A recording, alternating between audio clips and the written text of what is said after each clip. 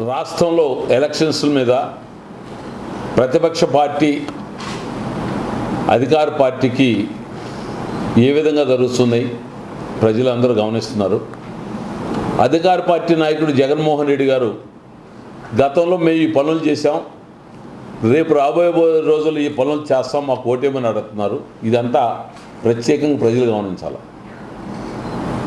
Opposition party ఏ మీటింగ్లో కూడా జగన్మోహన్ రెడ్డి తిట్టడం తప్ప మేము ఇది చేస్తాము, ఇది చేసాము, ఇది చేస్తామని చెప్పడం జరగట్లేదు.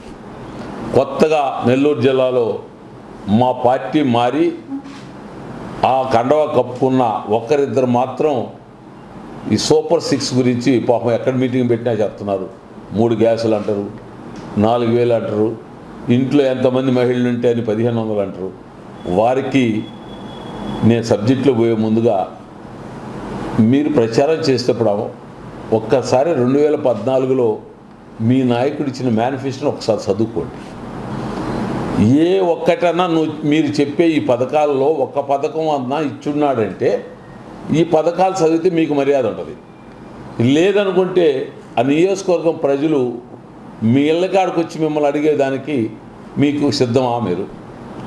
మీరు చెప్పే ఈ పథకాలు ఏ ఒకటైనా సరే మీ నాయకుడు ఇకపోతే మీ ఇంటి దగ్గర వచ్చి ప్రజలు అడిగేదానికి మీరు ఇస్తారా అనేది ఒకసారి మీ ఆత్మ పరిశీలన చేసుకుని వాళ్ళకి భరోసా ఇవ్వండి. గతంలో మహాలక్ష్మి అన్ని 25,000 అని దాన్ని పక్కన పెట్టి ఇంట్లో ఉన్న మహిళలందరికీ 15,000 రూపాయలు రూపం మార్చారు. ఇస్తారని గ్యారెంటీ అయింది. అప్పుడు ఈనాడు ఇప్పుడు ఇస్తారని గ్యారెంటీ లేదు. కొత్తగా మీరు వచ్చారు, మీరు జనానికి చెప్తున్నారు. ఈగల శక్తి ఉన్నోళ్ళు మీరు. మీ నాయకుడు ఇవ్వకపోయినా మీరు ఇచ్చేదానికి సిద్ధమా? గతంలో ఇవ్వలేదని మీకు కూడా తెలుసు. ఎందుకంటే మా దగ్గర 4 సంవత్సరాల 5 నెలలు ఏ పథకాల మీద మీరు విమర్శలు చేసిన నాయకులు కదా, అందుకని మీకు తెలుసు. దయచేసి మీరు ఏదైనా మంచి చేసి ఉంటే అది చెప్పుకుని ప్రజలు నోటిని అడిగితే మీకు గౌరవం, ప్రజలకు గౌరవం అనేది మాత్రం తెలియజేసుకుంటున్నా. అది కాకుండా ఈ మధ్యకాలంలో ఓటమి అంచుకొచ్చినాం, ఏదో ఒకటి ప్రజల్లో క్రియేట్ చేసి గెలవాలన్న ఒక ఆలోచనతో ఒక రూపకర్త ఇచ్చిన రూపకర్త ఇంతకుముందు మా దగ్గర ఉండిపోయినారు. ఆ రూపకర్త ఇచ్చిన ఈ ప్రచారాన్ని ప్రజలకు పంపిస్తే ప్రజలు గందరగోళం అయ్యి నిజమా అనుకొని మనకు ఓట్లేస్తారని చెప్పిన సందర్భం. నేను ప్రచారం చేసే తెలుగుదేశం నాయకులకి ఆ రూపకర్తని అడుగుతున్నా. ల్యాండ్ టైటిల్ యాక్ట్, ఆ ల్యాండ్ టైటిల్ యాక్టు ఆంధ్రప్రదేశ్లో వస్తే ఆ ఇల్లు జగన్మోహన్ రెడ్డి తీసుకొని మనకేమీ లేకుండా చేస్తారని మీరు చెప్పేది. ఒక్కసారి ప్రజలు, మేధావులు, చదువుకున్న వాళ్ళందరూ విజ్ఞతతో ఆలోచించాలి. మన యాక్టు, మన కాగితం ఏ బ్యాంకు కన్నా పెట్టకపోతే యజమాని పేరు దాంట్లో ఉంటే యజమాని పేరు సంతకం లేకుండా లోన్ ఇస్తుందా? అది కూడా కాదు. ఢిల్లీ లిక్కర్ స్కామ్లో చిన్న పొరపాటు జరిగితే బీజేపీ పార్టీ ఆ రాష్ట్ర ముఖ్యమంత్రిని లోపలేశారా లేదా?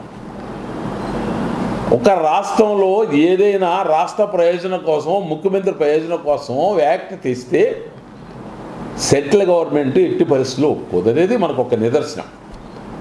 అటువంటి యాక్ట్లో ఏదైనా లొసుగులు ఉండి, లోపాలుండి మీరు చెప్పేదే అయితే కేంద్ర ప్రభుత్వం దాని మీద ఎలాంటి వ్యాఖ్యలు చేయలేదు, ఎలాంటి నోటీసులు ఇవ్వలేదు, ఎలాంటి డిపార్ట్మెంట్ ఎన్క్వైరీ చేయలేదు. ఎందుకని అని అడుగుతున్నాను. అటువంటి ఆలోచన, అటువంటి పరిస్థితులు ఉంటే యాక్ట్లో ఇవన్నీ జరగాలి కదా. మీతో పాటు కూటమిలో ఉన్నారు కదా భాగస్వామిగా కేంద్ర ప్రభుత్వం, వాళ్ళు ఒకరు మాట్లాడట్లేదు. ఇప్పుడు ఇదే నిజంగా జరిగి ఆంధ్రప్రదేశ్ ప్రజలంతా ఆస్తిని జగన్మోహన్ రెడ్డి గారు కుదవబెట్టేదానికి ఒక యాక్ట్ తెచ్చాడు అనేది వాస్తవం అయితే కేంద్ర ప్రభుత్వం చూస్తూ ఉంటుందా?